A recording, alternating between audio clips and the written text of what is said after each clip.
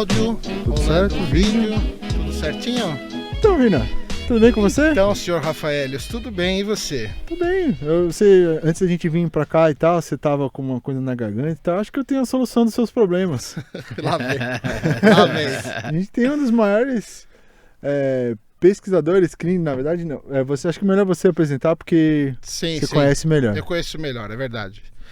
Rafaelios, hoje estamos aqui, fomos agraciados Com certeza. a presença de Juan Pablo Garchulo, para falar certo, porque ele me ensinou há muitos anos atrás que é Garchulo, não é Garjulo. É isso aí. Né? O Juan é diretor do CEPIC, Centro Paulista de Investigação Clínica, um dos maiores do Brasil e da América Latina. E veio aqui hoje conversar com a gente. Juan, muito obrigado por você vir aí. Obrigado a vocês pelo convite. Obrigado Uma mesmo, honra sério estar mesmo. aqui. Muito Obrigado. Muito legal você vir aí pra gente bater um papo e tal. Fiquei muito feliz que você aceitou o convite. Bom, obrigado a vocês. É uma honra estar aqui, poder falar um pouco de pesquisa clínica, uma área que a gente gosta tanto, né? É isso mesmo, isso mesmo. Antes da gente começar, dá que nem você estava falando antes, um panoramazinha geral do seu... todo mundo já percebeu pelo sotaque as origens. Que é o nosso brasileiro. As origens, né? Deu para ter uma ideia. Só uma geral, assim, de onde você veio, o que você fez. A primeira pergunta que sempre fazem, né? Como é que é um argentino vivendo no Brasil? Poxa vida, o Brasil... Primeiro, bom, eu sou argentino, né? Nascido em Buenos Aires. Na realidade, eu não sou bem da cidade de Buenos Aires, sou do Grande Buenos Aires. Nasci em um bairro que chama Temperley e fica mais ou menos a uns 30 quilômetros de Buenos Aires. É como se fosse Santo André, alguma coisa parecida, para uma referência. Para mim é ótimo, porque morar aqui no Brasil, ser argentino e morar no Brasil é ótimo, porque o brasileiro é um povo assim muito receptivo, né? Eu acho que se fosse ao contrário, um brasileiro morando na Argentina teria um pouquinho mais de dificuldade. Né? Depende também das pessoas com quem se relaciona, mas o argentino é um pouquinho mais fechado nesse sentido. O brasileiro abraça muito mais. E parece que o brasileiro gosta do que vem de fora, né? Não tem aquilo lá de que o brasileiro tem espírito de vira-lata e demais. Então, é porque ele é muito autocrítico com si mesmo e demais, e não vê todos os valores que tem e olha muito para fora e olha... É verdade. O outro é ótimo, né? É verdade. É verdade. Então, para mim é bom. E o pessoal também, o fato de você ter algum sotaque, faz com que as pessoas queiram puxar papo com você para saber de onde você é, qual é a tua história e demais. Então você conhece mais gente também. Legal. E você é de formação farmacêutica, né? Eu sou farmacêutico. Depois eu fiz uma especialização em pesquisa clínica que se chama Medicina Farmacêutica. Eu fiz lá na Unifesp. Depois senti alguma necessidade de acrescentar um pouco de conhecimento em projetos, porque a gente trabalha com projetos de pesquisa, né? Então eu fiz um pequeno MBA lá na GV, na FGV, aquele MBA de gerenciamento, gestão estratégica de projetos, é bem bacana. E hoje eu trabalho no CEPIC, né? Eu sou diretor lá. Na realidade, desde que eu moro no Brasil, eu trabalho no CEPIC, eu mudei para o Brasil em um sábado, na segunda-feira, estava trabalhando no CEPIC. Pois é, já faz muitos anos, né? Muitos anos. Inclusive, eu não sei se você sabe, o Juan foi um dos meus primeiros chefes. É mesmo? Primeiros mesmo? Não foi o primeiro, mas foi um dos primeiros mentores, grandes mentores que eu tive.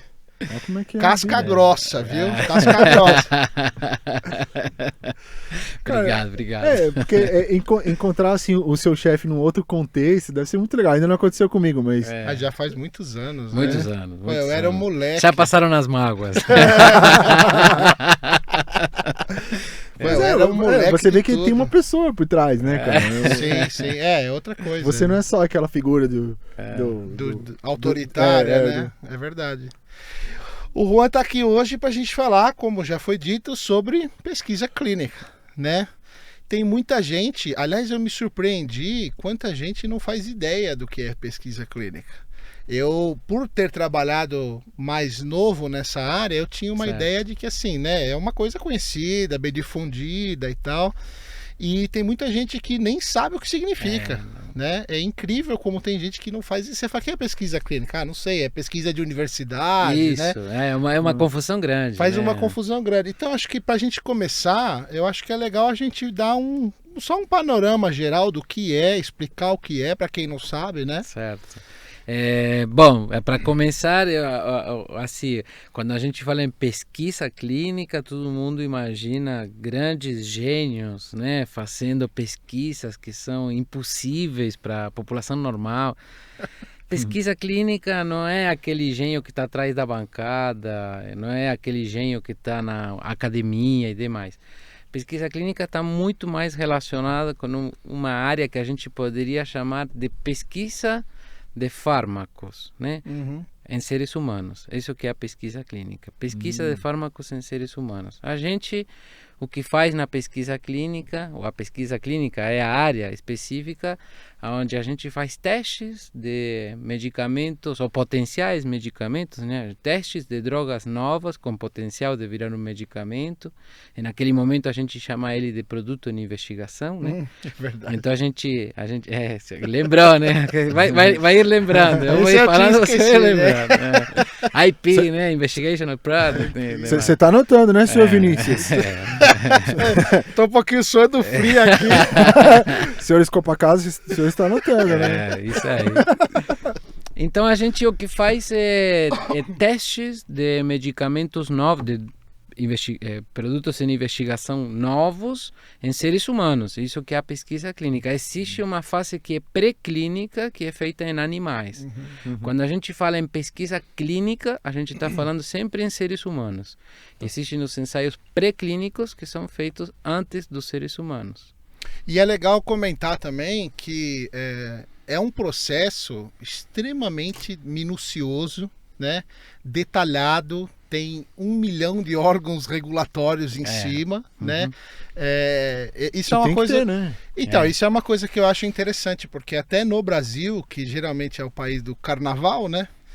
Não é uma coisa que, pelo menos na época que eu trabalhei, funcionava bem a regulação. Funciona. Né? Aqui a legislação é muito boa, robusta, as instâncias regulatórias são também muito boas, são presentes.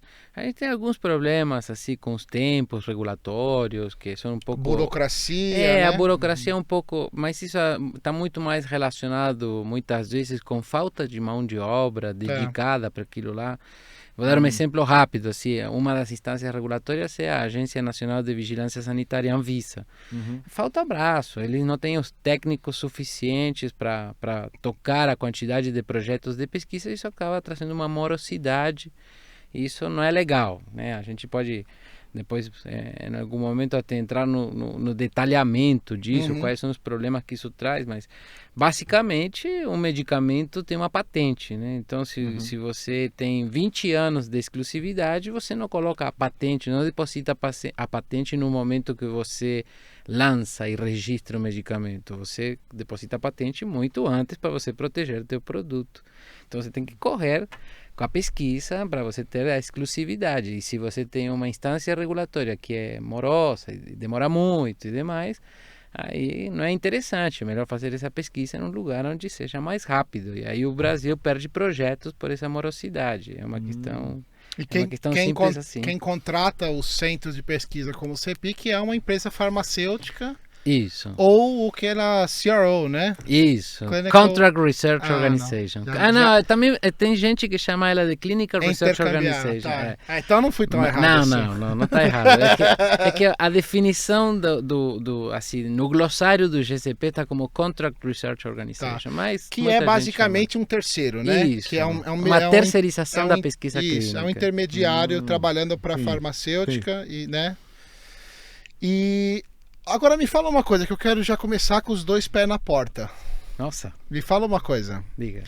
Eu ouvi uma vez, não faz muito tempo, eu não lembro onde é que foi, não lembro se foi no jornal, não dá nem para eu te falar que é com certeza, por isso que eu tô perguntando. Certo. Mas eu ouvi uma vez que tem muitos estudos, principalmente aqueles que mostram que a droga não é eficiente, e a empresa farmacêutica ela tem o direito de não publicar esses resultados. É verdade? Ela tem o direito de não publicar? Não, a gente até assina um documento que todos os resultados devem estar disponíveis e devem ser publicados. Mas isso é desde O que sempre? acontece é que o que não dá certo não vai ser publicado no New England Journal of Medicine. Provavelmente Sim, será publicado vai ser numa um menor. numa que tenha. O que dá certo é publicado em revistas de alto impacto, né? Sim, claro. Mas isso é uma obrigação do Brasil ou é não, global? É global. Você tem que fazer públicas as informações. Não importa qual é o resultado. Isso. Se der errado, tem que publicar na contracapa da Caras. Mais ou menos isso. É sacanagem, né? A informação tem que estar disponível. Entendi. É que também assim, a indústria farmacêutica é um mercado isso. Então também para a indústria farmacêutica, imagina se são bilhões de dólares gastos em uma pesquisa. Sim. Não deu certo. Eu também não vou mostrar para todo mundo Claro. os detalhes de por que não deu certo. Uhum. Né? Deixa o outro também bater sua cabeça. Né? Deixa o outro. Faz Porque sentido. a concorrência é feroz. Aham. Mas tudo que possa ser divulgado e publicado dentro do que é requerido vai ser divulgado e publicado dentro do que é requerido. E me explica uma coisa, porque eu sou totalmente fora do Você do não mundo é da área você da saúde. Isso, o Vinícius, pelo menos, já fui, da por um breve. ele entende pelo menos um pouquinho das maquinações. Eu tô assim, representando aquele ouvinte nosso leigo que não tem a menor noção. Certo. Depois que a droga entrou lá, vocês fizeram a pesquisa, logo depois ele já está automaticamente liberado para consumo? Tipo, Não, se vocês são o não. ponto final ou é o começo do Não, processo? não, é assim. Primeiro existem testes em animais, né? Tá. Então, os testes em animais, você com os resultados dos testes em animais, você vai colecionar informações que vão levar a uma justificativa para você conseguir fazer pesquisa em seres humanos. Então você tem que mostrar uma certa quantidade de informações, né? Não vou entrar em detalhes para não aburrir, para não deixar todo mundo assim por fora de uma situação que pode ficar muito chato, né?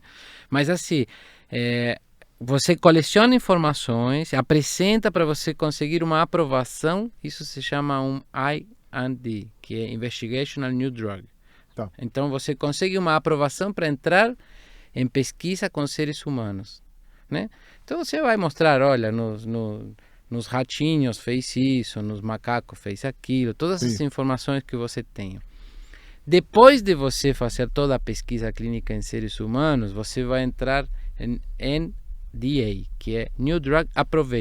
É um depósito de todo um dossiê que você faz na agência regulatória. Normalmente isso se faz, por exemplo, um laboratório multinacional vai fazer isso lá fora. Assim, um exemplo, um laboratório americano vai fazer no FDA, né, o Food and Drug Administration, Certo.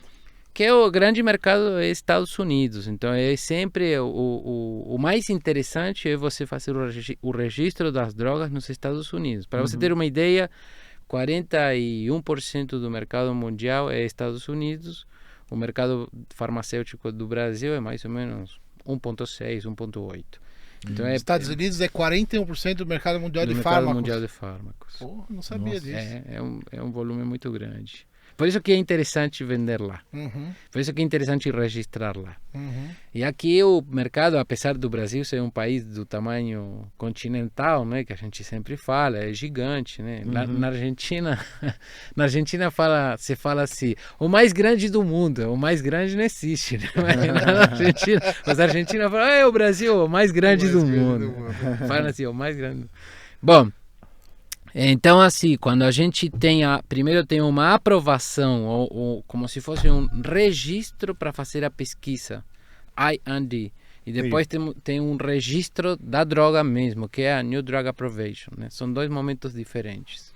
Mas depois que isso inclusive é uma coisa interessante.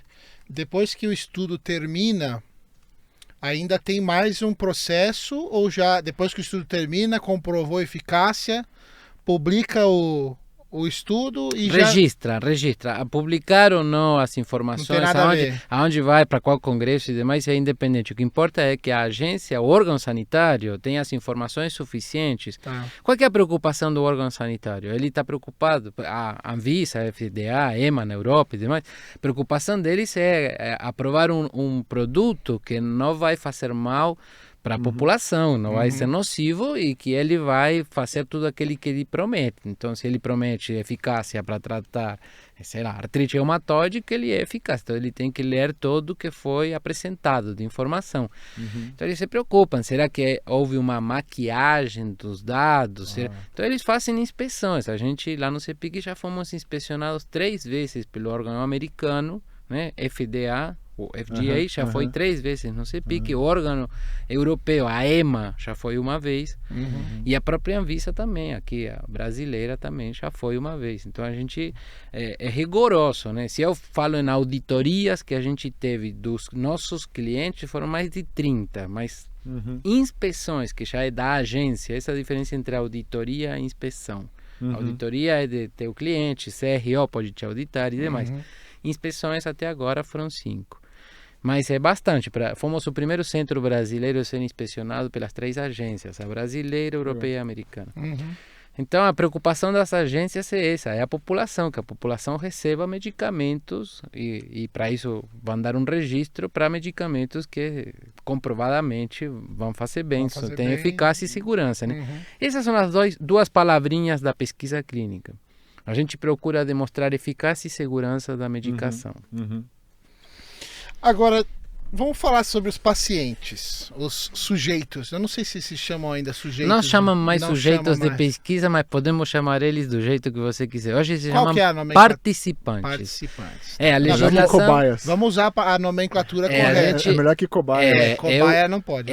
Não é que não pode, é que não corresponde. É pejorativo, é né? muito pejorativo. É pejorativo, é. pejorativo. Eu acho que isso é interessante porque tem o... É bom a gente ter esse contraponto do Rafael, porque tem mesmo muito preconceito, né, em cima do... Tem muita gente que... Não é o caso do Rafael, mas tem muita gente que realmente acha que é uma coisa ruim, né? Ainda mais nos dias de hoje, que a gente tá vendo as pessoas se rebelarem, se revoltarem contra cada asneira, né? Então a gente estava até falando, depois a gente vai falar também sobre essa onda nova de pessoas que são contra vacinas, né? Que estão causando um problema sério. Muito grande. Estão gerando um problema grande Muito aí. grande. Né? E tem muita gente que acha que pesquisa clínica é uma coisa, você está explorando as pessoas, né? Talvez já tenham tido, com certeza já tiveram casos no mundo inteiro de pesquisas que não foram feitas da forma correta, né? Com certeza. Acho que o maior exemplo é Adolf Hitler e seus lacaios, né? Que fizeram muita pesquisa médica nos... Pesquisa. Né? pesquisa, entre aspas. Pesquisa. Fizeram testes em nome da ciência, Em nome da né? ciência, Falaram, né? A gente vai tá testando, tá valendo a pena. Mas em Se detrimento esqueceram de do seres ser humano, humanos, né? isso. Então, O ser humano é a chave, né? E eu acho que por causa dessas coisas ela tem uma reputação assim meio que, né, pro leigo é uma reputação meio assim, o cara não entende, mas ele tem essa associação, então acho bom a gente desmistificar isso também, né? Porque sem essa pesquisa clínica, você não tem nenhum remédio, você não tem fármaco. Isso. Né? Exato, Então, exato. e é bom legal, eu quero levantar essa bola porque eu acho que é interessante assim, a gente saber como é bem regulado e é bem feito, né? As coisas são feitas pensando de fato nisso que você falou, na eficácia e na segurança, né? Não é uma coisa mascarada, como a gente vê em tantas outras áreas, né? De nego mentindo, roubando, não sei o que lá. E é uma área que eu acho que funciona muito bem no Brasil, né? Funciona. Tem os seus problemas, mas ela funciona muito bem, né? Para começar, a pesquisa clínica é uma área que não cabe a mentira, não cabe a desonestidade, não tem espaço. Por quê? Porque, primeiro que os clientes, né, da pesquisa clínica, para a gente que é centro de pesquisa, são laboratórios de altíssima qualidade, de altíssimo nível e de altíssima exigência. Então, a gente está falando dos laboratórios americanos, europeus, os próprios laboratórios brasileiros que fazem pesquisa clínica, que fazem com muito esforço, às vezes com um orçamento muito mais apertado, mas não deixa de ter um grande esforço, fazem direito, e é exigência, e as pessoas que trabalham qualificam para trabalhar na pesquisa clínica por isso aí, porque se importam com a verdade, se importam, tem tudo um marco ético para você fazer pesquisa clínica. E acho que talvez até há quem questione que essa regulação do Brasil seja excessiva, né? Tem algumas pessoas que até dizem que é excessivo. Por exemplo, que nem você estava me falando, nos Estados Unidos é permitido, me corrija se eu estiver enganado, é permitido receber dinheiro para fazer algumas dessas coisas. Então eu sei que, por exemplo, para doar o participante, sangue, isso. O participante pode doar sangue e receber dinheiro. O participante pode doar sêmen e receber dinheiro, né, em troca. E pode participar de pesquisa clínica também e receber dinheiro. Pode. E aqui no Brasil não é permitido. Aqui no Brasil é assim, em relação ao ressarcimento do paciente, a gente não fala em pagamento do paciente, participante seria, né? Isso é uma coisa, vamos voltar para trás. A legislação do Brasil começa no ano 96 a ser regulamentada a pesquisa clínica com a resolução 196, você deve lembrar agora, 196 de 96. Só que em 2012, em dezembro de 2012, teve uma nova resolução que veio. São resoluções, não é lei, né? Não tem a força de uma lei. É uma resolução do Conselho Nacional de Saúde e demais. Então, são diretrizes que a gente segue, né? Então, é como uma orientação baseado em uma coisa muito maior, que é um entendimento mundial, que é aquele Good Clinical Practice, GCP, né? O guia da boa prática clínica.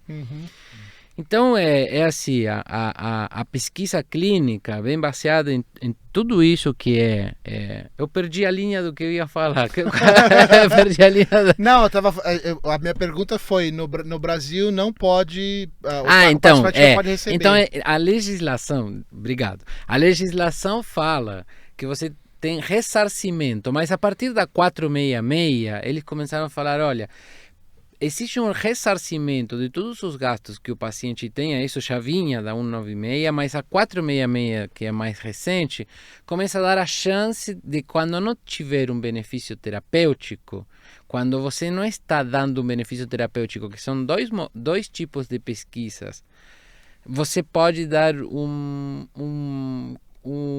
você pode dar, já deixa de ser um ressarcimento e passa a ser quase que uma remuneração. Tá. Agora fugiu a palavra que eles utilizam, mas você pode pagar um valor um pouquinho melhor. Isso se dá nos estudos de bioequivalência, que são estudos onde você vai comparar duas drogas, né? Você vai comparar duas drogas para mostrar que essa que é um genérico, por exemplo, similar, é bioequivalente com aquela que é a referência, né? Esses são estudos de bioequivalência que se utilizam para a gente ter a comprovação de um genérico similar. E tem outras situações que são os estudos de fase 1. Aí a gente teria que entrar um pouquinho no detalhamento que existem 4 fases na pesquisa clínica. A primeira fase, que é a fase 1, é feita com voluntários saudáveis. São os primeiros seres humanos em tomar aquele tipo de medicação. Aquela droga teste, primeiro é testada em seres humanos, um grupo muito reduzido de pessoas voluntárias, e onde a gente não vai ver eficácia, porque a pessoa não tem uma doença, ele é saudável, a gente vai procurar só dados de segurança.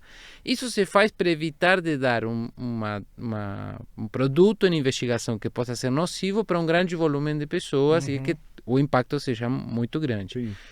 Mas nos estudos de fase 1 são bem seguros. E aqui no Brasil, praticamente não tem estudos de fase 1. É raríssimas ocasiões onde a gente fez um estudo de fase 1B, né? Fase 1A é voluntário participante, é voluntário saudável. A gente fez com 1B, que já era um paciente, né? Já tinha passado 1A. Então a gente fez estudo de fase 1. Porque também quem é que vai querer fazer esse estudo sem ter uma remuneração? Essa é a contrapartida, porque qual que é o benefício do paciente, né? Tem que ter um benefício para o paciente. Por que ele faria isso? Bom, aí você entende ele só vai se arriscar você entende que ele vai correr algum risco e que vai ter uma contrapartida que também pode ser econômica. Agora, quanto não pode ser o porquê ele faz não pode ser baseado no econômico, senão a motivação é pura e exclusivamente econômica. Isso é uma coisa que não é muito legal. Eu vou falar para vocês que eu já participei da seleção de voluntários para um estudo de bioequivalência. Acompanhei num centro de bioequivalência, me permitiram participar, e um paciente nitidamente estava mentindo sobre as informações, estava com o cheiro de cigarro, e uma das perguntas era se ele tinha fumado nas últimas 24 horas. Ele falou, não fumei, porque ele sabia que se ele falava que sim, ele ia ser excluído e ele não ia ganhar. Então ele mentiu, mas aí a enfermeira que estava fazendo esse screening, né, falou, olha, desculpe, mas é com muito jeito, ela foi muito clara e explicou para ele e deu todos os motivos e demais, ele aceitou na boa, mas você vê que a motivação econômica às vezes leva a pessoa até a mentir em uma situação que atrapalha para a pesquisa, né? Mas isso foi no Brasil? Foi. Ah, foi no Brasil. Eu acompanhei isso em um centro de bioequivalência fora de São Paulo, em outro estado. Ah, tá, entendi. Talvez não seja porque, assim, é que, eu não sei, mas talvez, acho que é porque o contexto econômico e político no Brasil, ele é um pouco diferente do que acontece nos Estados Unidos. Acho que porque aqui tem uma parcela de população mais pobre, e outra, a gente tem o advento da saúde pública, que nos Estados Unidos não existe, né? Então, se você fosse liberar, não, a gente vai liberar então para que quem quiser doar sangue vá lá e ganhe um dinheiro. Imagina a quantidade de gente que não ia lá vender. Então, mas isso não é bom? Não, porque aí a gente não teria. Os bancos iam estar cheios. A gente vive com um problema de banco de sangue vazio. Sim, aí tipo, os caras iam começar a vender tudo, ia passar mal e ia lotar o. Não, mas aí não cabe a eles, cabe a quem está coletando o sangue, né? Regular, ter algum tipo de controle. Ah, cara, mas porque senão o cara vai literalmente do se jeito matar. que ele tá falando,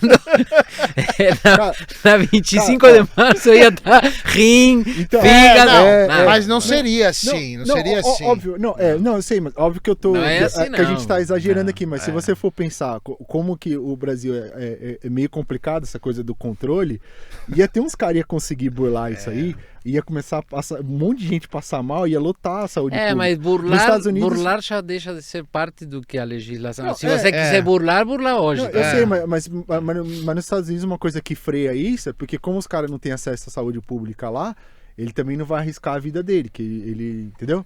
Pelo menos eu desconfio que isso tem um pouco a ver com isso. Pode porque ser. Porque aqui no Brasil, cara, se liberasse pra vender sangue, vender não sei o que, eu acho que ia ser complicado, ia ser difícil de fazer, mas não impossível, né? Não, impossível não é, mas eu acho que não sei se os ganhos iriam valer os possíveis prejuízos, não sei. Tem essa questão da cultura também, né? Você tá falando, que nem o Juan falou, o caso do cara que foi lá e mentiu do cigarro, né?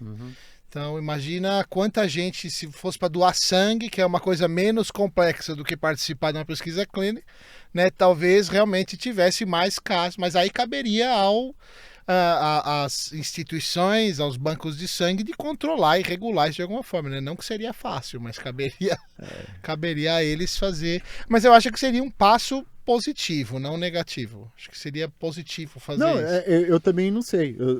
Eu não sei, eu nem sei se é essa a intenção, mas é algo que vocês estavam falando, eu estava conjecturando, pensando, será que isso não tem alguma coisa a ver com... Em relação à pesquisa clínica, eu acho assim, o paciente devia ter muito mais autonomia nesse sentido e não ser pensado... Essa é uma opinião minha, não é uma opinião do CEPIC, é uma opinião minha.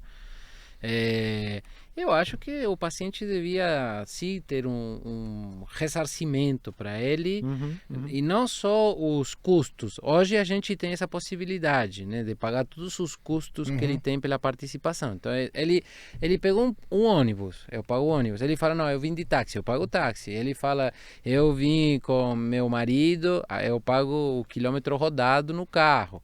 Ele vai almoçar, eu pago o almoço. Legal. Então vocês dão esse custo para a pessoa. Sim, todos os custos. A participação tem que ser isenta de custo para o paciente voluntário, né, para o participante. Entendi. Então a gente dá alimentação, dá o café da manhã. Se ele está em jejum, a gente dá um café um pouco mais reforçado. Se ele não está em jejum, a gente dá um café da manhã talvez não tão reforçado como como um café de jejum, mas se chega no horário do almoço, a gente dá o almoço, a gente oferece, né? E lá no CEPIC a gente tem a política de que o paciente tem que adorar ir para o centro de pesquisa, que já é um requisito. Ele vai ter que vir várias vezes e ficar muito tempo, então ele tem que gostar muito de ir lá. Então a gente serve esfirra para o paciente, tem frutas, tem suco, tem café, tem bolacha. Aí às vezes o paciente, coitado, ele fala, vou guardar umas bolachinhas aqui na bolsa porque vou pegar ônibus. Não tem nenhum problema, sabe? A gente tem uma moça lá que chama Dona Irene que serve as esfirras e elas ficam perguntando. Então tem tudo também o paciente que participa, ele tem também um envolvimento social, né, na pesquisa clínica. A gente dá um suporte para ele, né? O Dr. Zerbini, que é o diretor do CEPIC, ele sempre fala, né, que é como se o paciente ganhasse um convênio médico quando ele entra na pesquisa clínica, porque ele vai passar por uma fase de screening, né, de seleção, onde a gente vai fazer vários testes, né, vários exames, né, para verificar se ele está apto para tomar a medicação. Então, são a mamografia, dependendo do estudo, né? Mamografia, densitometria, ultrassom transvaginal, principalmente para as mulheres. Teve uma época onde os estudos de osteoporose, o paciente fazia tudo, um check-up completo. Então é muito bom. É bom porque além de acompanhar o estudo, o centro está acompanhando a saúde geral do paciente, né? Isso. Para a gente conseguir demonstrar que o paciente está evoluindo favoravelmente, a gente tem que acompanhar os parâmetros clínicos, que é o que o médico vê enquanto faz a consulta médica, e os bioquímicos, né, que são os laboratoriais. Vamos falar também das imagens, né? Então, o paciente vai fazer um raio-x, tem artrite, vamos olhar as suas articulações, tem osteoporose, vamos olhar com uma densitometria seus ossos. Então, o paciente vai fazendo um monte de exames aos quais ele talvez não tenha acesso normalmente, né? Ou que tem acesso, mas que demoraria muito. Demoraria muito né? tempo, Então, uma mamografia, por exemplo, quanto mais cedo você encontra um problema numa mamografia, é melhor, né? Porque se você tem que tratar um problema pequeno, é muito mais fácil do que quando o câncer está metastásico e demais. Então, é um ganho muito grande, né? E depois de toda essa fase de seleção, onde tem todas essas avaliações, o paciente continua fazendo avaliações periodicamente. Então, anualmente ou semestralmente, ele tem outras avaliações. É muito legal para o paciente a participação. Sim, acho que em geral eu acho que em geral é excelente. Tem um outro aspecto da pesquisa clínica que é também que levanta é controverso, né? Que é a questão do placebo. Né? Numa pesquisa, para quem não sabe, você deve saber, mas para quem não sabe, eu não sei se é toda pesquisa, acredito que seja toda pesquisa clínica, tem que ter um grupo de controle, né? Que não recebe a droga, ela recebe... Não, nem sempre se usa placebo como controle. Nem sempre. Você pode ter uma droga A contra uma droga B. Sim, se você está comparando as duas drogas, né? Mas se você está só testando uma droga nova, tem que ter um grupo que vai receber a droga e um grupo que vai receber açúcar. Não tem açúcar. O placebo é uma... Por exemplo, se é um comprimido, vai ser um comprimido idêntico, só que não tem o princípio ativo. O único que falta é o princípio ativo. Isso. Então ele não tem efeito nenhum. Ele não tem efeito nenhum. Ele pode até ter efeito, mas é psicológico, que é o que a gente chama de efeito placebo. A pessoa acha que está se tratando, então tem um efeito positivo. Que era o que eu ia te perguntar, assim, vocês quantificam, dá para quantificar esse efeito placebo? Em geral, os estudos, eu vou falar assim, 99% dos estudos são duplo cego. Então, o paciente não sabe se ele está tomando placebo ou a droga ativa, ou a droga A e a droga B, ele não sabe em que grupo está, mas a gente também não sabe. Então, a gente não tem como quantificar isso. As indústrias farmacêuticas têm essa condição de ver como foi. Vamos analisar o grupo placebo e vamos analisar o grupo droga ativa.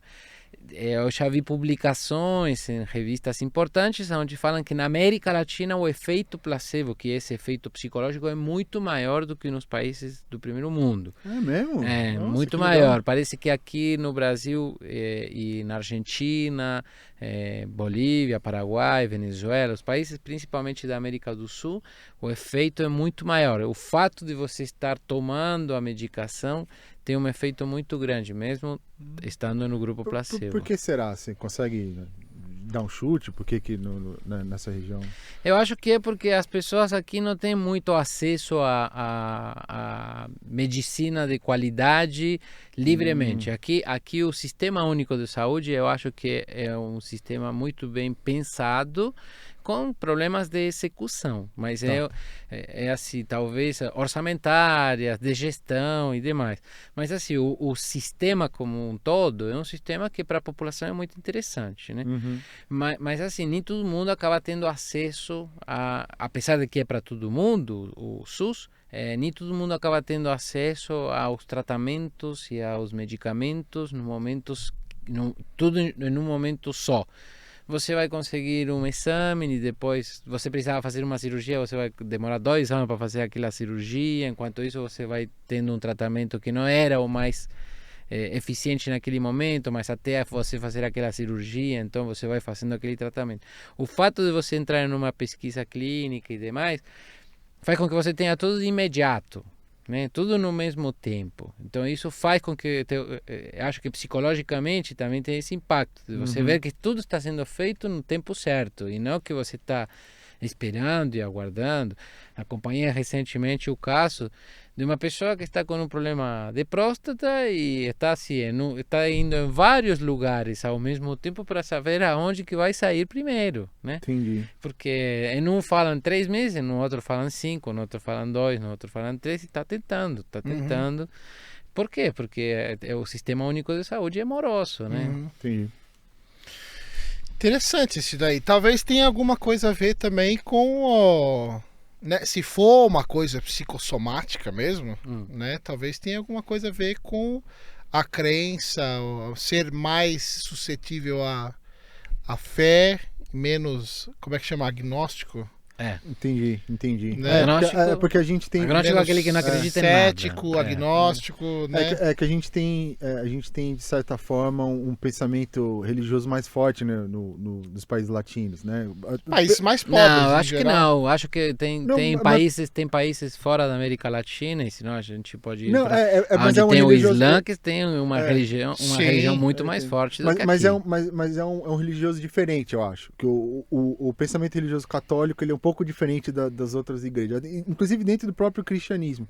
Que nos Estados Unidos a igreja anglicana já é um outro tipo de pensamento muito mais talvez fechado, mais cético, mais então acho que talvez tenha a ver com isso, assim, catolicismo, né? Mas sei lá. O catolicismo. Sei lá, uma ideia. É meio esquisito. Pode ser, mas não, faz sentido. Mas faz legal, sentido. gente. Depois eu vou pesquisar isso daí melhor, porque é interessante isso. É muito interessante. Mas assim, o que a gente pode, voltando na pergunta, é importante isso, saber que existe sempre um comparador. É claro que se você quer comparar o efeito de uma medicação, o melhor comparador é o placebo sempre, porque é a medicação contra não a medicação. Nada. Né? É o melhor comparador, mas nem sempre é o eticamente mais correto, porque se já tem uma outra medicação que trata, por que eu vou deixar uma parte da população no placebo se eu já tenho uma medicação que trata aquela doença? Quando eu não tenho, desculpa te interromper, perdão. Quando eu não tenho uma medicação que trata uma doença, então não tenho nada e eu estou testando uma medicação, então esse grupo placebo vai continuar como ele estava, tudo que ele podia fazer se a pesquisa não existisse. E o outro grupo, e isso é aleatório, não é que a gente escolhe, sempre é uma randomização, é aleatório. Então esse outro grupo vai tomar a medicação e até às vezes cruza, né? Até às vezes ele vai cruzar. Depois de um tempo vai tomar a medicação o grupo que não tomava. Isso ou todo mundo vai tomar a medicação lá na frente. Mas se uma medicação já existe no mercado e chega a uma segunda medicação do mesmo grupo, classe e demais, seria interessante talvez comparar contra aquela medicação. Aí você não precisa ter um estudo também de superioridade, você poderia ter um estudo de não inferioridade, que essa medicação não é inferior daquela outra que já está aprovada. Eu acho que em alguns casos tem que ser assim, né? Em algumas doenças, por exemplo, AIDS, câncer, você não pode usar um grupo placebo sem receber antirretroviral. Pode, assim, cada doença é uma doença, cada estudo é um estudo, não dá para generalizar, na oncologia não pode, na área de AIDS pode, mas assim, tem coisas que, por exemplo, a gente pode fazer, ou pode acompanhar, tem desenhos que são aceitáveis dependendo do tempo também. Tá. Você pode ter um tempo de, por exemplo, vou te falar o que a gente mais vê, por exemplo. 12 semanas de não tratamento em uma artrite reumatoide, de placebo, se ele ainda está tomando toda a sua outra medicação de base, não é tanto tempo, 12 semanas. É claro, para o paciente né? 12 semanas não é legal. Mas assim, vamos pensar, pesquisa clínica, a finalidade não é levar tratamento de graça para a população. O propósito maior. O propósito é conseguir demonstrar que uma medicação que pode beneficiar milhões de pessoas quando chegar ao mercado, demonstrar que ela é segura e eficaz. Então, não é levar tratamento, é fazer uma pesquisa, um teste. E as pessoas que participam dessa medicação, desse teste, também vão receber a medicação gratuitamente. Esse vai ser um benefício, tratamento, acompanhamento. Claro. Era isso que eu ia falar, porque na verdade eles não estão lá pra ser curados, porque você também pode criar também um precedente muito perigoso de que, tipo assim, a pessoa que tá desesperada, tem alguma doença, fala assim, vamos pegar ela, bota ela automaticamente para tomar um remédio e vamos ver o que acontece, que vai ser também, também, de certa forma, prejudicial, porque a gente tem aquela coisa o cara vai com toda a esperança do mundo, achar que eu vou morrer se eu não tentar, mas infelizmente não dá pra você também deixar assim, né? Acho que é mais dar o remédio, tipo, vamos ver, se você sobreviver. Eu acho que é mais o que o Juan falou. Eu acho que depende muito da doença, do caso, da circunstância, né? Porque eu sei que tem estudos para câncer, por exemplo, que eu não sei como é que funciona a preparação, o desenho do estudo, mas eu sei que eu não sei se aqui tem, mas eu sei que nos Estados Unidos tem. Por exemplo, eu vi não faz muito tempo, eu li sobre um estudo de terapia genética, que era uma coisa que eu queria falar também. Terapia genética para câncer. Sim. Só que o estudo era de 10 pacientes, não era um estudo multicêntrico, nada disso. São estudos pequenos. Terapia gênica é o que está vindo, é uma coisa, é uma realidade, vai acontecer. Eu nunca trabalhei nessa área, não tive nunca um estudo nessa área, mas é uma coisa. Então, isso é interessantíssimo. É terapia gênica ou genética que a gente fala? É terapia gênica. Gênica. Isso. Então, é uma coisa interessante porque eu vi também os dados, um dado interessante que eu não sabia. Do próprio FDA, que de todos os fármacos do mundo, 3% curam alguma coisa. 97% são tratamento. Não é desmerecendo o fármaco.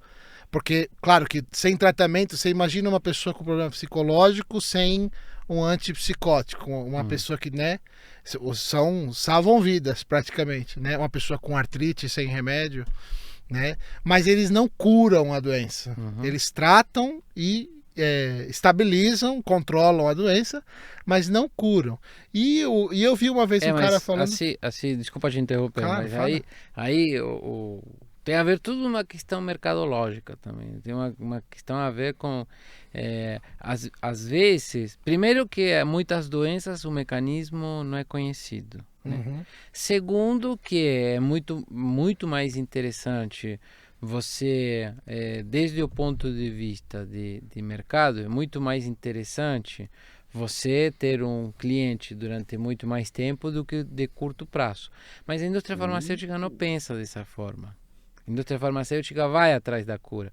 Eles vão atrás da cura do câncer, vão atrás da cura das doenças. Só que muitas vezes é muito difícil de conseguir. Claro. Mas, por exemplo, eu acho que tem algumas coisas que mudaram no destino da humanidade. Por exemplo, os antibióticos, né? Os antibióticos mudaram um pouco, as vacinas. Sim, então, esses são os 3%. É. Os antibióticos, as vacinas, são os que curam doenças mesmo. A vacina não cura, senão que faz a profilaxia. Isso, né? Faz a profilaxia. Isso, cura e profilaxia, exatamente, exatamente. Mas assim, o tratamento crônico das doenças também, vamos pensar, é o que vai sustentar o negócio da venda dos medicamentos. Sim, porque uma vez que você curou, perdeu o cliente. Exatamente. Né? Então também tem uma questão em jogo.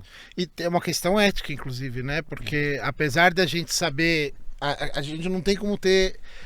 Eu posso falar por mim, eu não tenho certeza de que todas as empresas farmacêuticas estão agindo com o maior, principalmente no mundo capitalista, né? É meio difícil para mim, pessoalmente, acreditar, entendeu? Eu tenho medo que seja uma coisa assim, putz, e porque é mesmo. Se eu fosse uma indústria farmacêutica e eu falo, putz, tá chegando terapia gênica aí que parece que tá conseguindo gerar curas para as coisas. Parece, é uma imagem, né? É uma ideia, tá bem no começo, né? E eu ia ficar com medo, porque eu ia falar, putz, vai acabar com o meu negócio. Se esse negócio pegar mesmo, vai acabar com o meu negócio. É assim, quando a gente fala, a gente tem que tomar alguns cuidados, porque na realidade é como quando a gente fala em hospitais, instituições e demais, né? Então assim, as indústrias farmacêuticas são compostas por profissionais, né? A gente poderia estar trabalhando numa indústria farmacêutica, ser profissional dessa indústria farmacêutica e a gente estar fazendo o nosso melhor.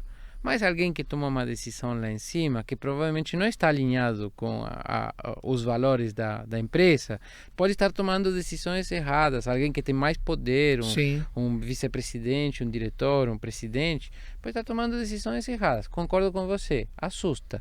Assim como assusta decisões que tomam políticos. Claro, mesma coisa, policiais e demais. Sim, a gente sempre está sujeito às pessoas. Exatamente. Então, assim, você vai num hospital, você tem um ótimo atendimento, você volta outro dia no mesmo hospital, pega outra equipe e tem um péssimo atendimento. Você sempre está sujeito às pessoas. Eu acho que é mais por aí. Porque a indústria farmacêutica, vamos ver, quem que é o interessado, são os acionistas. Os acionistas não estão lá para tomar as decisões. Eles só querem saber de resultado. Então, às vezes, a pressão em cima daquelas pessoas que têm que dar resultado faz que essas pessoas tomem decisões que eticamente não são as mais corretas, são questionáveis e demais. Isso na construção civil. Em qualquer lugar, né? Em qualquer área, isso claro. Em qualquer área. Claro, isso né? em qualquer área. Mas assim, o que acontece, eu acho que basicamente com a indústria farmacêutica, por que a indústria farmacêutica é vista um pouco como vilã, né? Porque tem duas coisas que a gente entende, pelo menos essa é a minha interpretação, que não deveria ser um negócio. Uma é saúde e a outra é educação. Então, quem trabalha com esse negócio é um pouco visto como um pouco mercenário, porque está vendendo educação, está vendendo... Professor tem que ser barato. Né? Ganha mal. Pô, é um cara que é quase um voluntário, é um mártir, né? O professor deveria ser um cara que ganha mais que jogador de futebol. Com certeza. Porque ele está fazendo um meme maior. Só que assim, professores tem muitos e jogadores de futebol são poucos. Tudo aquilo, né? É uma questão de oferta e demanda. Na medicina acontece a mesma coisa. A indústria farmacêutica não tem jeito. São empresas que ganham dinheiro fazendo medicamentos. Graças a Deus, tem empresas que se dedicam a fazer medicamentos. Não quero tirar nada da indústria farmacêutica. Não falo de você. Eu falo em geral. Sim, vista como vilã. É vista mesmo. É vista como uma vilã. Por quê? Porque vende saúde. Não dá para vender saúde. Tem que ser gratuito. Não tem conta gratuita na saúde. Alguém vai pagar. A gente paga impostos. Por isso é que temos o SUS, porque a gente paga imposto, que não é pouco. Sim. Mas eu acho também totalmente isso. Concordo totalmente. Até porque você fazer mal, se a ideia fosse fazer mal, vai de contra com a própria fatura deles, né? Porque... Exatamente. Sim, porque o cara que está morto, ele não o problema não é a indústria farmacêutica, o problema é a base de como funciona o capitalismo. Isso. Né? Não é a indústria farmacêutica, não é a indústria de construção civil, não é a base do capitalismo. Isso. que é o que gera ganância, que faz. Teve um caso, não faz muito tempo, acho que foi no começo dos anos 2000, de um cara na indústria farmacêutica, um CEO lá, não me lembro o nome dele, faz muito tempo que eu li sobre ele, que foi contratado por uma indústria farmacêutica e a estratégia dele era comprar outras indústrias, ele foi comprando outras empresas e ele cortava totalmente pesquisa e desenvolvimento, totalmente a verba de pesquisa e desenvolvimento ele cortava e pegava os produtos que essas empresas já tinham feito e monopolizava, né? Então aumentava os preços do remédio exorbitantemente, tinha um lucro incrível porque era um remédio de doenças crônicas, as pessoas não tinham opção, tinham que comprar aquele remédio. E aí uma hora estourou, claro, porque você não desenvolve nada novo, né? Então eu tô falando de casos como esse, assim, essa perversidade que o capitalismo gera, né? Mas não é numa o que você indústria falou, específica. mas o caso estourou, isso tem uma vida curta. A gente Tem uma vida curta, A gente tá falando de empresas farmacêuticas, tanto aqui no Brasil como lá fora, que tem uma tradição e uma história muito grande. Eu posso te falar aqui de algumas do Brasil que eu já trabalhei, Eurofarma, Cristália, o Axê, A Axê, né? Axê é muito legal, eu conheço também. Todos eles são muito sérios, assim, são laboratórios a AMS está começando a trabalhar também com pesquisa clínica mais fortemente. São empresas com muita seriedade fazem isso. Agora, sempre vai ter pessoas em todas as áreas que tentam, né? O que eu acho legal da pesquisa clínica é que não dá muito espaço para isso. Por quê? Porque tem muita fiscalização. Aquilo que eu falei. Além de todas as instâncias regulatórias, o sistema de qualidade que é implementado com monitorias, auditorias, inspeções é muito grande. Então a gente não pode fazer nada fora sem seguir o que era premeditado, né? Que era, projetado. Eu lembro como é que era. O protocolo deve ser lembro seguido como é que era dentro cada passo que você dava era logado, era controlado, principalmente se você era só algumas pessoas que têm acesso à medicação, ao lugar onde fica, é controlado por senha, é tudo um negócio, um negócio... É sério mesmo. É sério mesmo, é bem feito mesmo, né? Pelo menos no CEPIC, eu nunca trabalhei em outros centros. Não, a maioria dos centros de pesquisa seguem nessa linha, alguns mais, outros menos, mas a indústria farmacêutica não contrata centros de pesquisa que ofereçam risco em uma inspeção, né? Eles vão e verificam que depois, quando vem ao FDA, eles acham centros de pesquisa que não. Sim, porque senão depois eles que se ferram, é um né? risco muito grande, é muito dinheiro. Desenvolver um fármaco custa mais ou menos, assim, em média, 1,2 bilhões. 1,2 bilhões. Um medicamento? Para desenvolver um medicamento? É média. Em média, né? Tá louco. É muito, porque no meio tem muitas falhas de cada cinco medicamentos que chegam na fase clínica em seres humanos, só um vai lançar ao mercado. Os outros 4 vão cair no meio do caminho. Muitos deles porque não é por falta de segurança. Muitos deles é por questões de que o que eles têm para oferecer no cardápio terapêutico, eles não oferecem coisas melhores do que já existe. Então, é uma falta de eficácia, não uma falta de segurança. Não tem uma eficácia superior. Ele é eficaz, mas não é superior ao que já tem no mercado. Para que eu vou lançar? Para que eu vou lançar um hambúrguer se não é melhor que o McDonald's? Porque é diferente. Né? E se me desculpa fazer uma pergunta indiscreta, mas... Pode perguntar. Não, mas já aconteceu alguma reação muito adversa, assim? Você já pegou alguma coisa, não, tipo... graças a Deus, não. Alguma... Não necessariamente... não necessariamente, assim, extremamente prejudicial para a saúde. Mas alguma coisa assim bizarra, que algum remédio que você que tomava dava um efeito colateral totalmente inesperado. Bom, o Viagra nasce assim. Isso, o Viagra nasceu desse jeito. Porque ele nasceu assim, né? Ele era um estudo de hipertensão pulmonar e os pacientes de sexo masculino que estavam tomando a medicação começaram a relatar que estavam tendo aquele efeito. Indesejado ou desejado, não sei, né? Todo mundo voltou mó sorridente, isso, né? Uma coisa que esse estudo clínico tá legal, tá bom. Eu chamei os meus camaradas aqui para também fazer uma pesquisa. Aí foram pesquisar que viram que tinha um mercado, né, muito interessante. Mas não, assim, a gente não eu vi assim um efeito placebo. interessante. Tem momentos onde você precisa testar o paciente desde o lado de se ele vai aderir ao protocolo ou não vai aderir, se ele vai ter uma boa participação ou não. Basicamente você vai ter que selecionar os pacientes, tem muitos critérios, não é assim, qualquer um pode participar.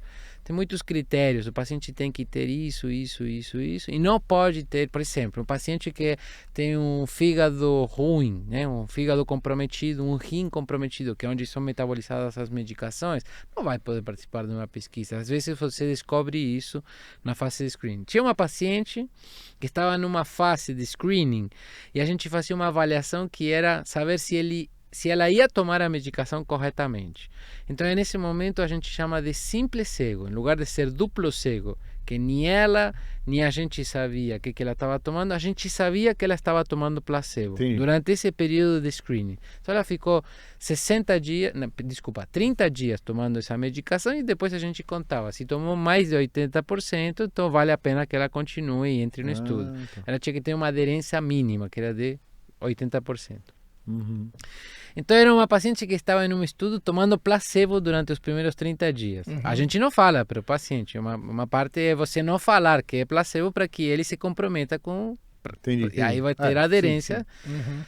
Aí veio a mulher, na Argentina, né? Eu trabalhei primeiro 4 anos na Argentina na pesquisa clínica, depois vim para o Brasil.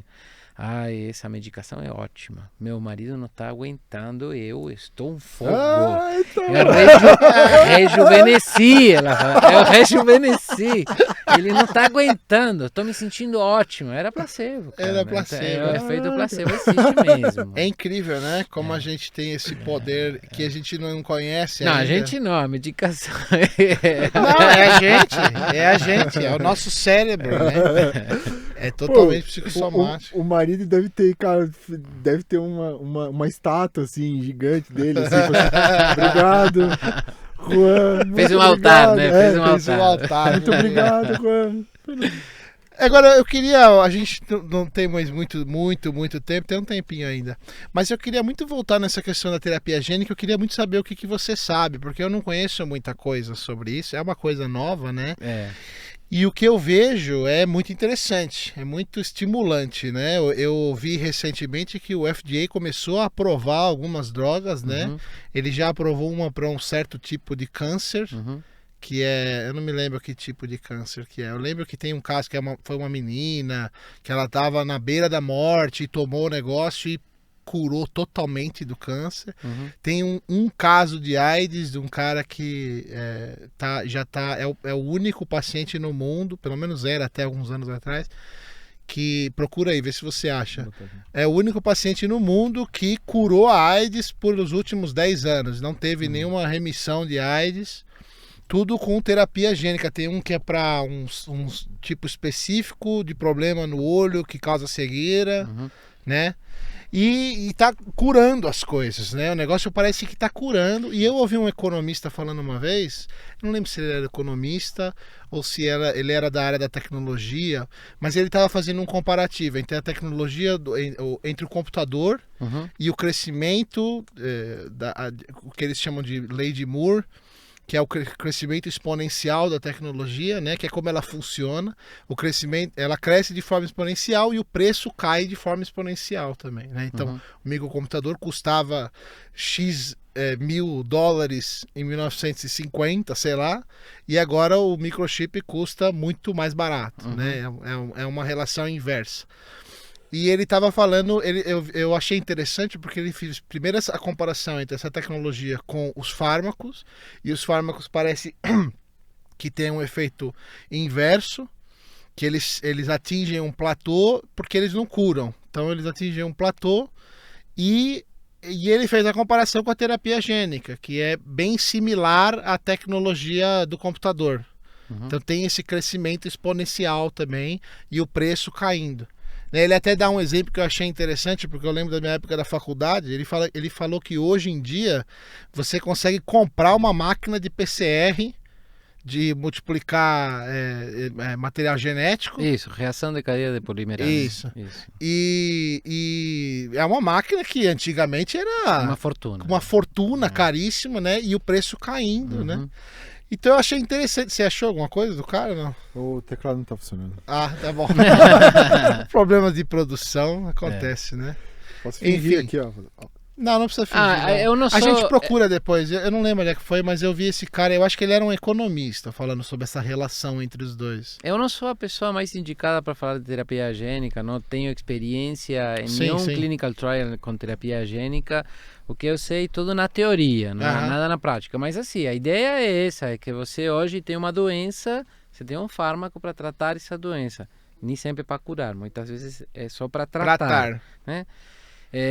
Futuramente você vai ter uma doença, um gene, você vai tratar lá, né, com uma terapia específica para aquela doença. Uhum. Então é diferente, né? Você tinha uma doença, você tinha um fármaco. Agora você vai ter um gene, você vai ter um fármaco. É uma visão um pouquinho mais lá no detalhe, né? Uhum. Então é assim, parece muito promissor, parece muito interessante, mas não sei se isso vai ficar ao alcance de todo mundo. A gente vê isso, eu vou te passar um dado que pode ser até assustador. Não sei se você acompanhou, que foi depois que você trabalhou no CEPIC, que começou, bem na época que você estava no CEPIC, estava começando, que foi a era dos medicamentos biológicos, né? Uhum. Então não sei se você se lembra de ter trabalhado na época Não dos lembro. anticorpos monoclonais, são todos Uhum. aqueles que terminam com MAP, né? Uhum. De monoclonal Eu sei o que são, antibody. mas acho que eu não Isso. cheguei a pegar lá no centro. Então, são medicamentos que têm uma eficácia muito melhor, são mais caros e demais. Só que assim, quando você vai olhar o orçamento do SUS, esse orçamento, 70% do orçamento do SUS é gasto com medicamentos biológicos. Pô, legal. Mas isso atende que percentual da população? 2%. Uhum. Então é um pedacinho muito Sim, aí não pequeno. serve. É um Aí não pedaço. serve. Então a terapia gênica vai caminhar no começo nesse sentido, que um pedacinho muito pequeno da população vai receber um tratamento de ponta e isso vai consumir 70% do orçamento. O resto vai continuar naquelas medicações mais simples, que é o que está mais disponível, tomando aqueles genéricos e como toda demais. tecnologia, o carro... Por isso que eu falei daquele cara. Eu queria muito lembrar o nome dele, mas eu não lembro. Por isso que eu falei daquele cara, porque para essa terapia gênica funcionar, ela precisa seguir esse padrão de o desenvolvimento da tecnologia crescer e o preço cair. Porque se o preço não cair, aí não adianta mesmo. Aí ela fica restrita, né? Que nem esse cara tem um desses caras do câncer que eu falei, que eu não lembro qual é o tipo de câncer. A dose que ele precisava tomar do remédio, que na verdade não é uma dose, né? Esse tratamento específico, eles tiram o sangue do paciente, tratam as células e depois reinjetam, né? Isso. Reinfusionam, sei lá como é que fala. E ele, cada um desses processos, o cara tinha que pagar, acho que era $500 mil, era um negócio exorbitante, que é claro que vai ser só uma ou duas pessoas que vão conseguir pagar Com isso, certeza, né? Então a tecnologia com tem que ser igual ao microchip do computador, tem que subir, desenvolver a tecnologia e o preço cair. Mas é inevitável, porque assim, sobrevivência é uma coisa que a primeira importância que a gente tem é sobreviver, a saúde, você poder fazer as coisas. É inevitável que se caminhe para esse... para querer se desenvolver mais e mais essa parte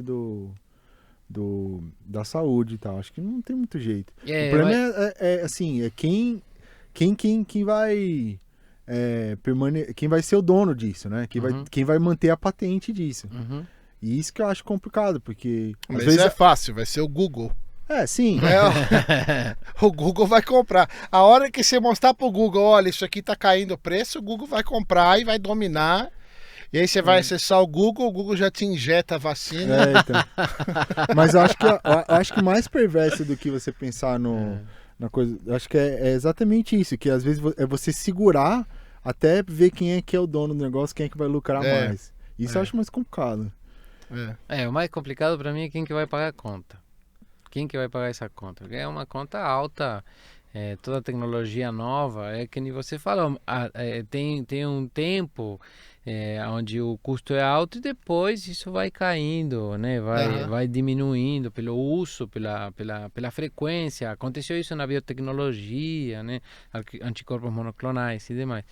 Mas em um começo vai ser uma coisa elitizada. Já não tem jeito, né?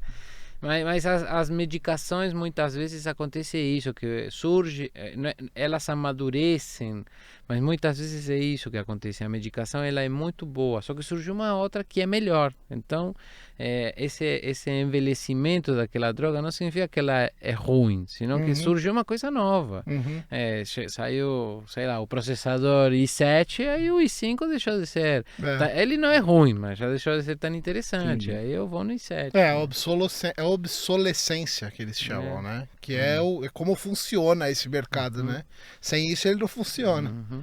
Agora, o que eu acho é que futuramente, ou pelo menos o que eu tô vendo assim mais fortemente, é que as coisas vão mudar. Não vai ser assim, a dificuldade vai ser um pouquinho maior. Por quê? Porque você vê as novas gerações já não querem mais que as coisas sejam feitas como se faziam antigamente. Não sei se vocês acompanharam a capa da revista Times, que tem uma menina acho que se chama Grace, que tem 16 anos, que está fazendo uma luta pelo meio ambiente. Ela é sueca, não sei se você É uma sueca, é uma menininha que ela se tornou um símbolo de uma luta se tornou um símbolo, ela já visitou o Papa.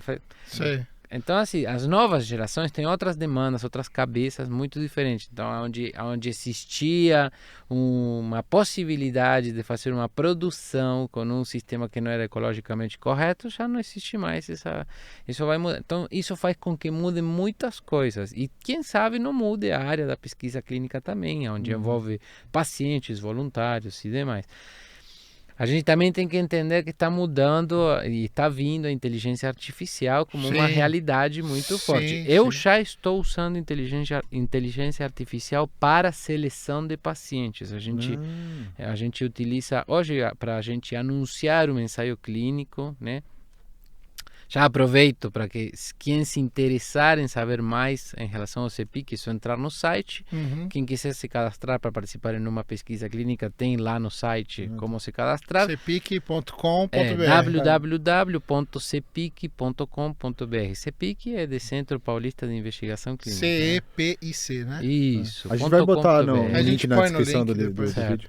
Mas a gente tem uma parceria com uma empresa que faz assim, a gente faz divulgações. Por exemplo, a gente anuncia no Facebook, tem novos medicamentos são pesquisados no Brasil para tratar diabetes. A gente primeiro aprova tudo no comitê de ética, não tem como não aprovar. A gente esqueceu de falar das instâncias regulatórias, né? Mas assim, tanta coisa para falar. Mas assim, as instâncias regulatórias, a gente tem o comitê de ética e a Comissão Nacional de Ética em Pesquisa, né? E a Anvisa, são as três instâncias que a gente tem. Tudo que a gente faz de anúncio, a gente primeiro aprova num comitê de ética. Mesmo que não seja relacionado com a pesquisa, a gente prefere fazer uma aprovação prévia num comitê de ética, que vai verificar se o que a gente está divulgando não é uma propaganda enganosa e demais.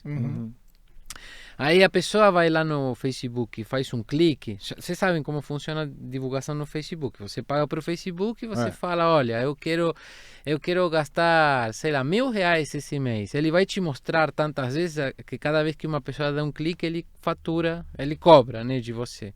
Então, se ele vê que está te mostrando muito e clicando muito, ele passa a te mostrar menos. Se ele vê que as pessoas não estão clicando, então ele te mostra mais para que você no final do mês gaste teus R$1.000. Nenhum tostão a mais, nenhum tostão a menos. Quando a pessoa clica... Pera um pouquinho, antes de você continuar, só para eu entender. A inteligência artificial controla... Isso é do Facebook, o algoritmo do Facebook. Não é minha. Sim, do Facebook. O Facebook tem uma inteligência artificial. Tem uma inteligência artificial por trás. Ele controla o que ele mostra para mudar o seu interesse, para controlar o seu interesse. Para quantas pessoas, porque quando você tem Facebook para começar, não sei se você... Sim, tenho, pô. Quem não tem é ele. Ele não tem. Eu que sou o rebelde, ele tem. Ele é o rebelde dele. Tô te enchendo, que a gente se comunicou. É verdade, verdade. Não, é assim, na hora que você está no Facebook, no feed, você tem propagandas. Essas propagandas são pagas, né? Sim. Então, quanto mais a pessoa coloca dinheiro... Eu não sou um experto na área, mas quanto mais a pessoa coloca dinheiro, para mais pessoas essa propaganda vai aparecer. Certo. Você pode escolher, eu quero que apareça para pessoas que têm mais de 50 anos. Sim, você que escolhe tenham o seu interesse, público-alvo, né? Você pode escolher um público-alvo. Mas se as pessoas não clicam, você não paga. Então, na medida que as pessoas vão clicando, por isso, se você quer gastar o dinheiro de alguém, é só ir lá e clicar muitas vezes. É uma propaganda. Você vai lá e clica muitas vezes, pronto, gastou todo o dinheiro do teu Eu não concorrente. sabia disso. Se não tem clique, ele não cobra. Não cobra. Ah, tá. E aí ele te leva para um lugar onde você vai aterrissar, que é o que se denomina landing page, né? Que aí você vai para uma landing page, aí a Sim. landing page vende algum produto, serviço, alguma coisa. A gente faz isso no CPIC, só que a gente faz uma divulgação que, em lugar de ir para uma landing page, ele abre um messenger do Facebook e um robô começa a interagir com a pessoa e fazer um cadastro. Tá. Então pergunta, oi, como posso Mas te esse ajudar? robô é do CPIC. É da empresa parceira que Sim, trabalha sim, com o CPIC, tá. contratada pela gente. Tá, e aí o robô... Aí a pessoa cai no robô... E aí faz todo um questionário que a gente normalmente doido. fazia pelo telefone e que agora a gente formatou, e aí o robô é muito gentil, né? Muito mais educado muitas vezes que um ser humano, que o sim. ser humano pode estar de mau humor. Sim, O robô sim. não tem horário, 3 da manhã ele está acordado. Sim. Então tem esse lado bom. E melhorou a eficiência, óbvio, né? Muito Olha, a mais. gente ainda não teve os resultados do jeito que a gente imaginava que poderiam ser e que a gente acha que serão. Tá. Por quê? Porque a gente está começando. Então, Uhum. estamos aperfeiçoando a ferramenta junto com o desenvolvedor da ferramenta, mas a gente está bem animado.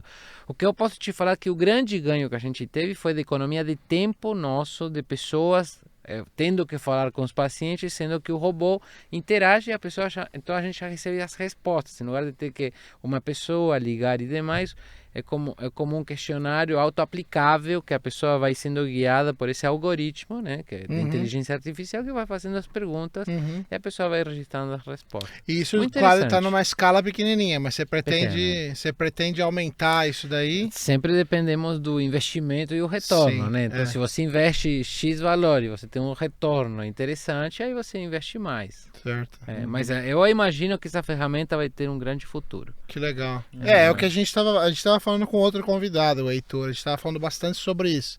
Sobre como isso vai impactar a economia, né? Como Porque a gente imagina que futuramente os ensaios clínicos, eu tenho pacientes, por exemplo, que vêm de Itacoaquecetuba, Guaianazes, Suzano, pessoas que vêm de muito longe, porque não encontram, às vezes, opções de participar do tratamento, e eles acham no CPIC uma boa oportunidade.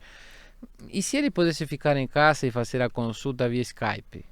E se ele pudesse... o drone leva o remédio para ele. Pô, pode ser. Já pensou? Futuramente pode ser. Pode ser que aconteça à distância. Se em lugar de eu ter que ler o consentimento informado, antes de entrar no estudo, o paciente assina um documento que chama consentimento informado, onde está tudo explicado o que ele vai fazer. É como uma explicação de tudo que ele vai fazer, né?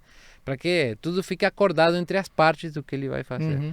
Se ele pudesse fazer isso à distância, eletrônico, como um contrato eletrônico, Sim. seria mais fácil. Para que ele se desloca e demais? Então, Pois é. a telemedicina também, que é uma coisa que está acontecendo, Sim. já está vindo, né? Nesse episódio a gente estava falando do Watson da IBM. O Watson tem tem, um módulo- ferramentas ótimas. Tem um módulo que já eles colocam como um módulo que vai ajudar os médicos. Mas se esse negócio funciona, ele substitui o médico. O Watson Healthcare. Eu não sei qual que é o nome. Eu sei que ele acho tem um que módulo ele pega o input clínico do paciente, a anamnese, e dá um diagnóstico. Sim. Ajuda Sim. o médico a dar um diagnóstico. Sim, ele Mas- nos testes errou menos que os médicos. Sim, então, claro, porque não tem como ele errar mais que os médicos. O médico é humano, né? Ele tem um conhecimento muito maior.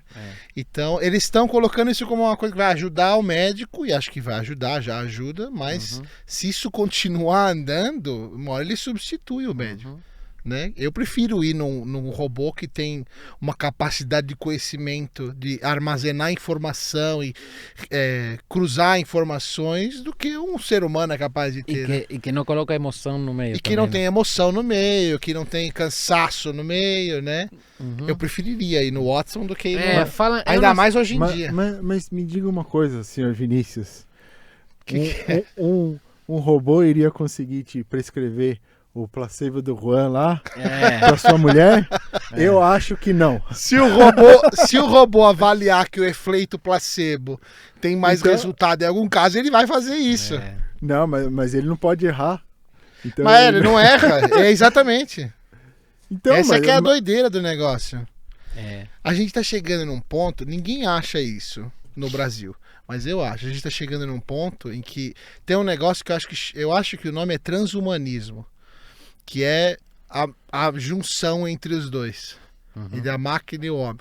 Então não vai ser o drone que vai levar o remédio pro teu paciente, ele vai ter já um chip dentro dele que dispensa a medicação na hora que você controla, entendeu? Perfeito. Então você aperta o botão lá, eu vou dispensar esse remédio agora, tá na hora do remédio do paciente. É, perfeito. Que medo isso. É, um device inserido, né, na pessoa. E a né? gente que tem filho fica com medo de como é que vai ser esse mundo, né, daqui a 30, 40, 50 anos. Muito diferente. Vai ser totalmente diferente, né?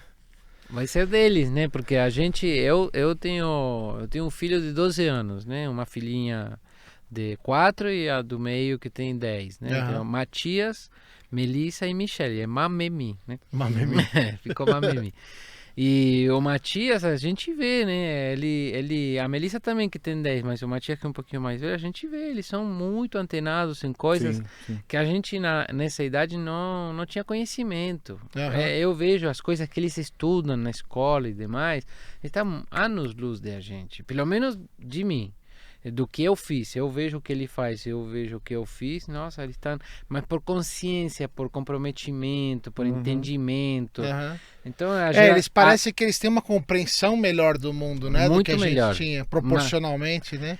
e assim, estão sendo preparados para se comprometer e para ser cidadãos mesmo e não ser espectadores, Aham. né?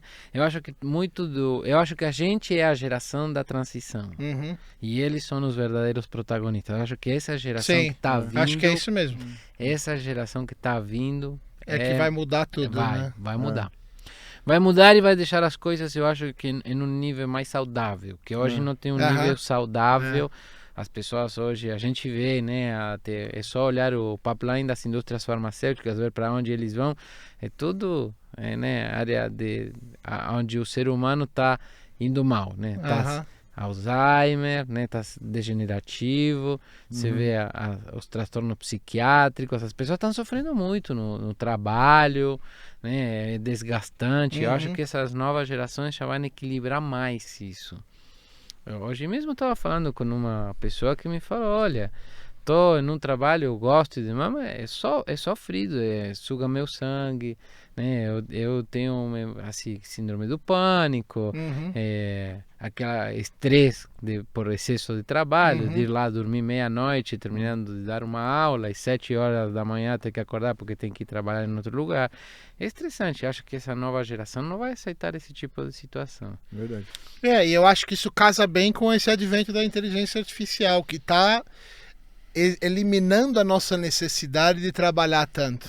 Eu espero Claro. que eles consigam abraçar essa oportunidade em vez de criar outros empregos para continuar nesse modelo louco, né? Que não o que tem. preocupa é o que vai fazer a pessoa que não teve acesso à educação. Esse que é o problema, Porque são muitos. Né? Esse que é o problema.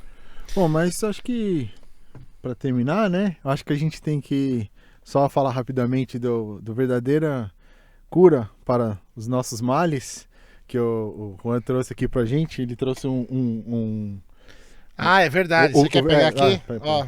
Esse aqui o Juan fez pra gente. Aliás, gostaria de agradecer mais uma vez pelo presente. O Juan, além de tudo, é mestre cervejeiro. Mestre eu esqueci cervejeiro. eu esqueci de Não. Essa aqui é, Não, mestre- é a verdadeira pesquisa clínica que a gente isso aí. vai fazer lá em casa. Você vai fazer o sacrifício, Sim, o né? sacrifício. Vai virar um Faz aquela- participante, vai fazer os testes. Eu vou assinar um né? termo de consentimento. Não, essa pra- aqui a gente é voluntário, sem precisa pagar, tá tranquilo, a gente faz. Nesse caso eu não estou preocupado com a eficácia, estou preocupado com a segurança. Mas, Juan, brigadão mesmo por ter vindo. Obrigado, Foi Juan. excelente, cara. Eu assim, Eu tô mais caladinho aqui porque eu tô aprendendo tanto que eu não quero interromper vocês, porque, cara, é muito legal esse papo. Acho que Foi muito legal. É o tipo de informação que é muito importante que as pessoas tenham, né? Para que elas enxerguem a pesquisa clínica com outros olhos, que é uma coisa extremamente positiva pra gente. Para as pessoas que estão ouvindo e talvez tenham interesse e falam, como que eu faço para saber se uma pesquisa clínica numa determinada doença, a gente vê muito que a gente está falando de uma área que tem o lado que é que os pacientes estão sofrendo, né, com suas doenças, e muitas vezes no desespero de um paciente que tem um problema oncológico, ele fala, bom, eu prefiro ter a chance de me tratar mesmo que seja com uma droga teste, do que ficar esperando a minha morte ou uma situação, sofrendo, né? ou sofrendo. Então tem uma forma de você saber se algum tratamento está sendo pesquisado para aquela doença no Brasil. Tem um site que chama www.clinicaltrials, né? A tradução seria ensaios clínicos, né? clinicaltrials.gov. Isso. E você lá pode fazer pesquisas, né? Então você pode colocar no mapa e aí aparece o que tem no Brasil, mas você pode escrever quais são eu tenho interesse na área de oncologia e eu aí o que tem que clicar é que nos locais, colocar o país Brasil para saber o que está acontecendo no Brasil. Tá. Aí você pode colocar quais são as pesquisas que ainda não começaram no recrutamento, né? A inclusão dos participantes. A gente chama, vocês vão ver como recruiting, é recrutamento. Então, pode se procurar, é uma coisa fácil. Vou colocar de ajuda. Tá na descrição também esse link. Isso. Vou colocar para o pessoal é interessante porque aí as pessoas podem, nessa ferramenta, podem encontrar todos os ensaios clínicos que estão acontecendo no Brasil. Tem outra forma, é um pouquinho mais complicada, que via a plataforma Brasil, que é da Conep e demais, dá para ver isso, a população tem acesso também, mas o Clinical Trials é uma boa ferramenta. Até porque você pode ver não só o que está acontecendo no Brasil, sino que você pode ver do mundo inteiro. Legal. Não sei se você sabe, mas o que chega para o Brasil de pesquisa clínica é menos de 15% de todas as pesquisas que acontecem no mundo. Então é uma questão estratégica. Vamos pensar assim como a área, né? Imagina, o paciente não paga nada. O SUS não paga nada. Quem paga a conta é uma indústria farmacêutica que está fazendo testes. Correto? Mas se tiver qualquer problema, existe um seguro. Então, se o paciente sofre alguma intercorrência, tem um seguro. Então, quanto mais pesquisa clínica você tem, na realidade você está desonerando o Sistema Único de Saúde também. Você está desonerando até os convênios e demais. Então, a pesquisa clínica, é verdade. Estrategicamente, seria uma situação para promover dentro de um país, e não para você apagar, sim, né? Para trazer. Isso gera emprego, né? Você traz um capital que vem de fora, a balança comercial melhora, né? Dinheiro que deixa de entrar, que poderia entrar facilmente. Hoje o maior problema que a gente tem na pesquisa clínica é o tempo regulatório, que a gente já conversou um pouquinho no começo, né? Entendi. E eu queria aproveitar para agradecer que o papo obrigado ótimo. Você, cara. É uma área que a gente não cansa de falar, exatamente, né? Pesquisa clínica, são muitos assuntos. A próxima né? vez a gente conversa só sobre sobre a cerveja. Essa aí é uma cerveja de estilo belga, espero que vocês gostem. Obrigado mesmo. E obrigado muito por você vir, de verdade, de coração mesmo. Que isso. Obrigado. Muito prazer. Galera, valeu. Rafael, é isso aí? É isso aí, tá tudo certo. Então tá bom. Ô Juan, aquele placebo lá, você tem? Abraço pra pessoal. Tchau, demais. Falou.